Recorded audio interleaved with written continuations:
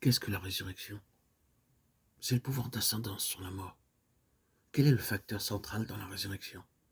C'est une vie qui ne peut pas connaître la mort, une vie qui est indestructible. Telle est la nature de la résurrection à laquelle nous prêtons notre attention. Il y a une résurrection qui n'est qu'une réanimation du corps pour un temps ou pour un jugement. Ici, ce n'est pas notre sujet. Nous parlons de la résurrection de Christ et de notre incorporation à elle.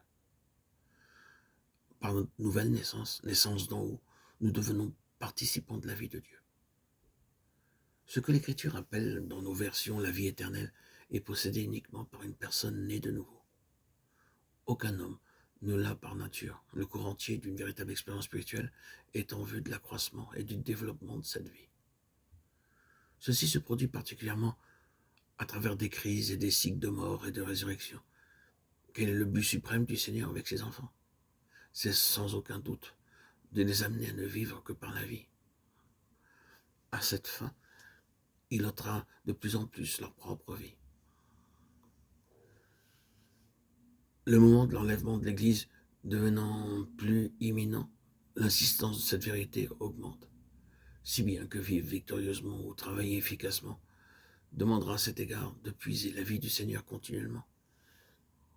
Quand les saints seront enlevés, qu'ils ne verront pas la mort, et quand ce grand cri de victoire sur la mort et la tombe s'élèvera, à Corinthiens 15, 54-55, ce ne sera pas quelque opération extérieure de la puissance divine seule que cela se produira, mais par le triomphe de la vie de résurrection dans le corps de Christ.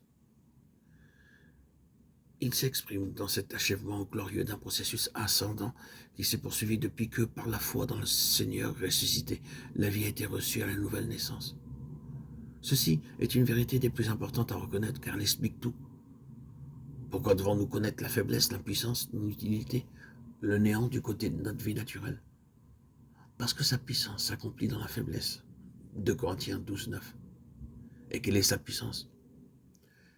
Et quelle est envers nous qui croyons l'infinie grandeur de sa puissance, se manifestant avec efficacité par la vertu de sa force?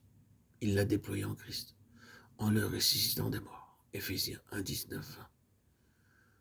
C'est la puissante vie de résurrection.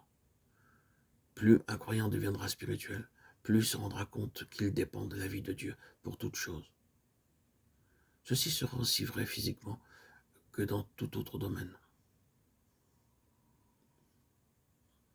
Le principe central de toute guérison divine, qui est en vérité de Dieu pour un but spirituel, est Romains 8, 11, un stimulateur du corps mortel par la vie de résurrection. Et si l'esprit de celui qui a ressuscité Jésus d'entre les morts habite en vous, celui qui a ressuscité Christ d'entre les morts rendra aussi la vie à vos corps mortels par son esprit qui habite en vous. Romains 8, 11.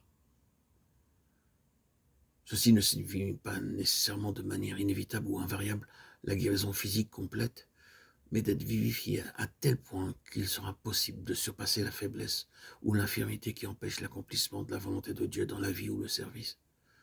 Cela veut dire un accroissement de vie divine dans notre esprit, si bien que nous sommes capables de faire beaucoup plus qu'il est humainement ou naturellement possible.